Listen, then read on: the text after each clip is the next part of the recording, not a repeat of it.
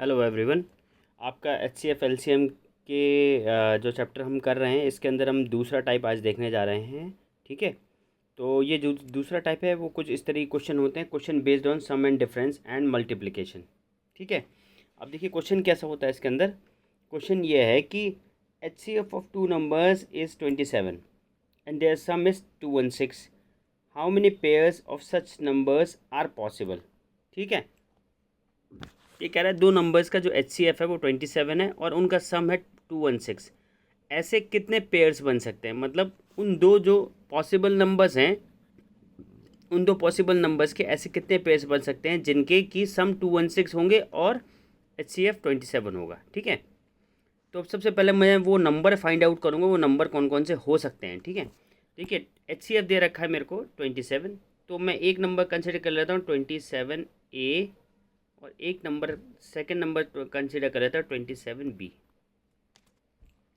अब मैंने 27A और 27B ही क्यों कंसिडर किया, ठीक है, इसका जवाब ये है कि देखिए दो नंबर है जिसका एच सी एफ 27 है, मतलब हाईएस्ट कॉमन मल्टीपल जो होता है या हाईएस्ट कॉमन फैक्टर जो है वो आपका क्या है 27। तो 27 दोनों नंबर्स में तो एग्जिस्ट करेगा ही करेगा, तो इसलिए मुझे एक नंबर को 27A, एक को 27B मानना पड़ा।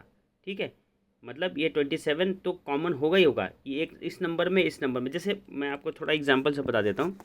जैसे मैंने देखा कि 3 और 2 का एच सी एफ क्या होगा, इन दोनों नंबर्स में से कॉमन हाईएस्ट कॉमन मल्टीपल क्या आंसर होगा 1, क्योंकि 1 दोनों में कॉमन है। तो मैं क्या लिखा हूँ 3 इंटू 1 और 2 इंटू 1 भी लिख सकता हूँ ना इसको। इसलिए जो हाईएस्ट कॉमन ये जो है ये आपका 27 है और ये ए और बी के रोल में है यहाँ पर।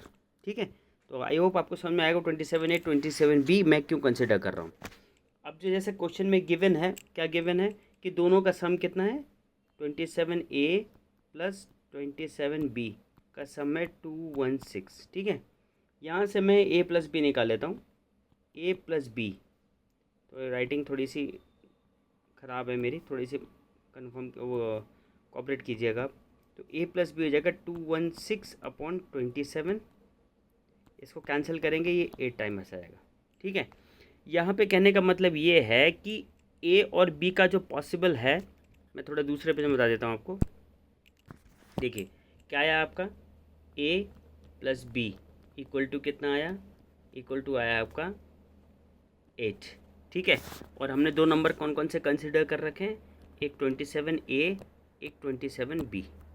ये दो नंबर्स हैं पॉसिबल नंबर्स। ठीक है, अब A और जो B का जो सम है वो कितना होना चाहिए 8। तो पॉसिबल नंबर कौन कौन से हो सकते हैं, पेयर कौन कौन से हो सकते हैं, A की वैल्यू 1 हो सकती है या फिर B की वैल्यू 7 हो सकती है ना, या 2 और 6 हो सकती है। ठीक है, और या फिर 3 और 5 हो सकती है।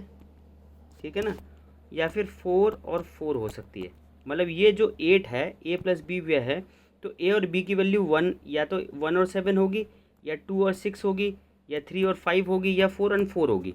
ठीक है, तो यहाँ पे हमें वो नंबर्स देखने होते हैं जिसमें कुछ कुछ भी कॉमन नहीं होता। देखिए 2 और 6 में 2 कॉमन है तो ये पेयर कैंसिल हो जाएगा। 4 और 4 में खुद ही 4 कॉमन है, ये कैंसिल हो जाएगा। देखिए 1 और 7 में 1 के अलावा कुछ भी कॉमन नहीं है, तो ये एक पेयर ये काम कर जाएगा आपका, एक पेयर ये काम कर जाएगा। तो ऐसे पॉसिबल नंबर कौन से हो सकते हैं, दो पेयर हो सकते हैं। सीधा सिंपल आंसर है। ठीक है, तो ऐसे पॉसिबल नंबर कौन कौन से हो सकते हैं आपके, ओनली 2 पेयर्स आर पॉसिबल। तो आपके दो पेयर्स बन जाएंगे। ठीक है, मतलब यहाँ पे ये कहने का मतलब ये कि A की वैल्यू 1 हो सकती है और B की वैल्यू 7 हो सकती है, या A की वैल्यू 3 हो सकती है, B की वैल्यू 5 हो सकती है। ऐसे दो ही पेयर पॉसिबल होंगे। आई होप आपको ये टाइप समझ में आया होगा और आप इस टाइप के क्वेश्चन ढूंढ के इसको प्रैक्टिस कीजिए। ये आपके क्वेश्चंस में, आपके जितने भी एग्जाम्स होते हैं इसमें ये ज़रूर पूछा जाता है। ठीक है, ऐसे टाइप क्वेश्चन पूछे जाते हैं CFLCM में। तो आई होप आपको समझ में आया होगा। ठीक है, थैंक यू।